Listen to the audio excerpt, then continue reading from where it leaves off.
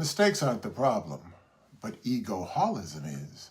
Why growth mindset requires ego-holism recovering. Hi, and welcome to the 10 Commandments of Leadership podcast.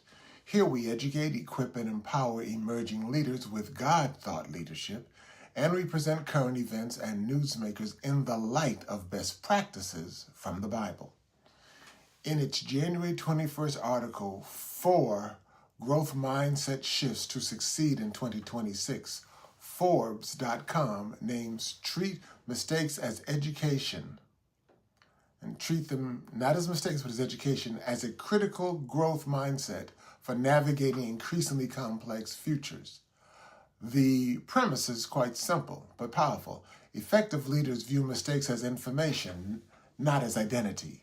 This insight mirrors what I've spent decades observing in leadership development across education, nonprofit, and corporate spaces. Mistakes don't stall progress, but ego-holism does. Most leaders don't struggle with learning from mistakes because they lack intellect or experience. They struggle because mistakes feel threatening. And when ego is unmanaged, mistakes trigger such behaviors as defensiveness, shame, blame, silence. Instead of becoming teachable moments, they become moments for self-protection.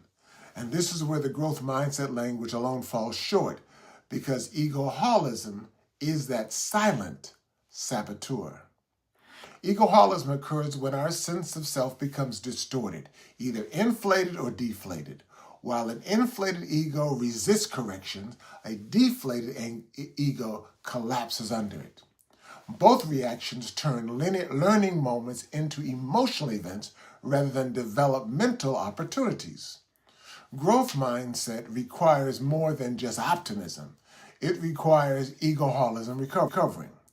This Forbes growth mindset shift number 1 aligns powerfully with 3 of my ego-holism recovering steps. Namely, ego-holism recovering step number 1, to grow effectively, glance back quickly before changing lanes. It's reflection without dwelling. It's learning without paralysis. History becomes instruction, not identity. Ego-holism recovering step number 5. Move from bitter lemons not only to better lemonade, but also to the best, which is lemon meringue pie. Mistakes are raw material. Recovering leaders don't deny bitterness. They transform it into value. And finally, recovering step number 6, your healing is in your revealing.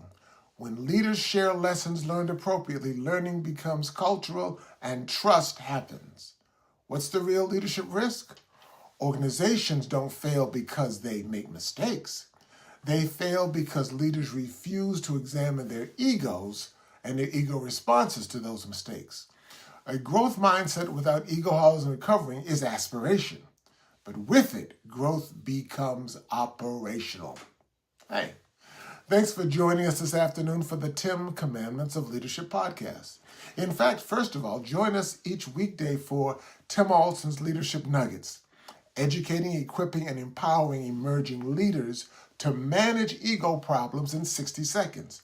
Each weekday airing at 7 a.m., 1 p.m., and 7 p.m. Central Standard Time, as well as continue to join us each weekday afternoon for the 10 Commandments of Leadership podcast at 4 p.m. Central Time.